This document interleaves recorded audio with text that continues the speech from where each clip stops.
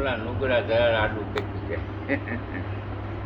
મારો સીધો બતાવે પણ ઓલા અંબેલે બરજિયા ન ચડી જાય ધોવાને ભાંગી નાખ્યો અંબેલ પણ આટલું વાતચીત ન આવે. સરળ માર્ગ સંત બતાવે નુગરા આડું તાણે ભજનમાં પાડે ભંગ એનાથી રેજો બધાય દૂર. આવે ને બેસાવે ને મારી પાસે આવી જાય તો હક નો કર સપાનું વિજય કરે બોલવા મળે કકડાટ કરો આવી રહે હક ન એટલે કીધું કે દુરીજન આડા ડુંગરા સંતના રહી મુકામું ગુરુ મહારાજ મારે આંગણે આવ્યા મોટા મુનિવર તુલજા રાણી આ મુનિવર છો કે તમે આવા કાંઈ કોઈ હિમાલયમાંથી કે હરિદ્વારથી કે કુંભના મેળામાંથી અહીં મારી નહીં આવે કોઈ.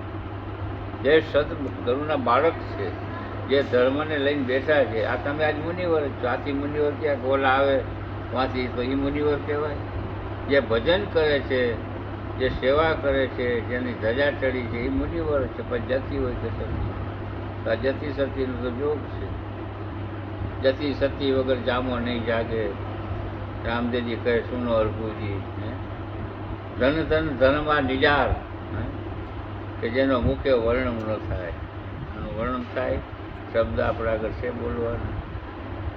તો આવો આદિ અનાદિનો નિજ ધર્મ પોતાના સ્વરૂપને પોતાને પીછાણી અને એને જ માણવું એ જ આપણો સર્વનો હેતુ છે. એટલે મીરાબાઈએ કીધું કે આત્માને ઓળખા વગર પૌના ફેરા નહીં મટે.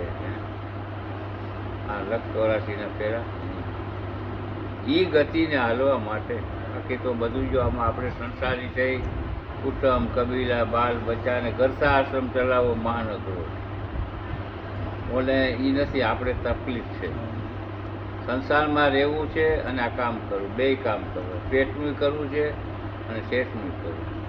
પછી સંતોનો સંબંધ છે અને વેવાયનો છે. કાલ વેવાય આવ્યા 5-4 જણા ખવડાવ્યું પીવડાવ્યું આનંદ કરાવ્યું એ લૌકિકમાં ગયા હગામાં ગયા કુટુંબમાં ગયા. બીજા જે સંતો આવ્યા એ ધર્મ નો બે નાચવા બે દોરે એટલે ગરજને અઘરું પડે ને.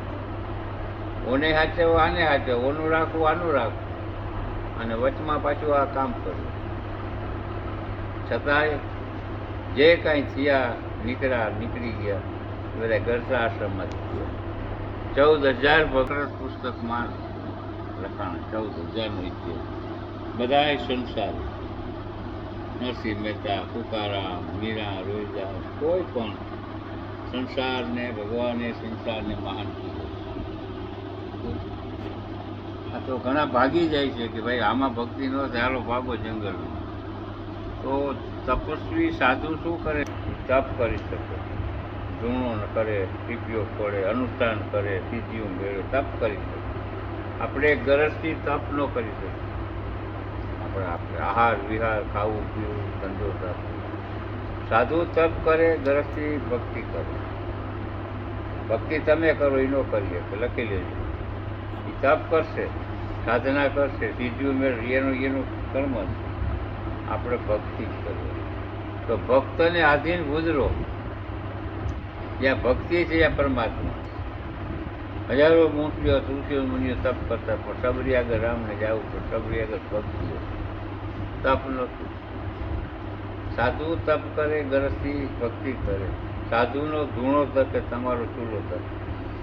ધૂણાને પગે લાગો અને હવાના નીકળાવો અને ભગવતી ચોળો બાપુ ઝેર શિયાળો હવાના નીકળ્યા અટાણા બધી આવ્યા હોય તો ધૂણો શું કરજે તમે પણ અહીંયા આવીને 2 રોટલા ખવડાવી દઈ તો. પણ સમજણમાં ઊંધું થાય. ગરજથી શું કરી શકે ને આપણે સંસારમાં અરે સંસારમાં 14,000 નીકળ્યા આમ હાથ છે તમે પણ રહેતા નથી આવડતું. યુક્તિ મુક્તિની ખબર નથી પડતી એટલે કરવું પડે. સંસારમાં ભગવાન જો તો સંસારમાં જ આવ્યા.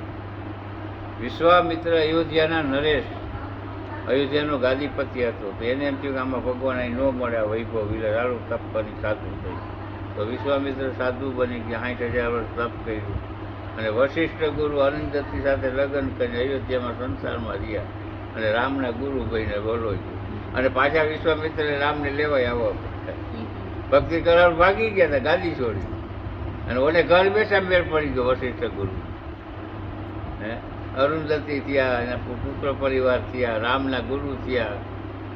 ભગવાન સવારમાં પૂછીને કામ કરે. વળી વિશ્વામિત્રને ધ્યાનમાં જોયું તો તો હું જેને ગોતવા આવ્યો તપ કર્યું 60 વાર, એ તો અયોધ્યામાં જ રમે, મારી ગાદીમાં રમે. કેવું ને ઊંધું. હા મારે જવું પડશે. હું તો અયોધ્યા છોડીને આવ્યો, પણ આજ ઉતર્યા. હવે શું કરવું? ઓલું તો માનવું હતું, એમને મવાય નહીં માનપાન વગર. એટલે કે મારે યજ્ઞ કરવો છે ને આમ કરવું, રામ લક્ષ્મણ પછી બ્રહ્મના દર્શન કરાવું. તો એને કીધું ધન્ય વશિષ્ઠ ગુરુ તમારી કમાઈ. આ તો આનો ધણી તો હું હતો જ, આ રાજગાદીનો વારસાગર, અને યુવરાજ હતો. અને આ ભગવાનને મેળવવાનું, બ્રહ્મને મેળવવાનું તેનું તપ કરવા ગયું. 60 વર્ષ તપ કર્યું, તમે ઘર બેઠા સંસાર કર્યો, અને આજે તમારા ચરણમાં બધા આવો છે. મારે આનારું ધક્કો છે. હું કે જંગલમાં ના અહીંયા આવી બેઠા. એટલે આ બધું સમજવા જેવું છે બાપા. હવે કંઈક કરવા મેં કીધો બાપા, મને બતાવજો કંઈક.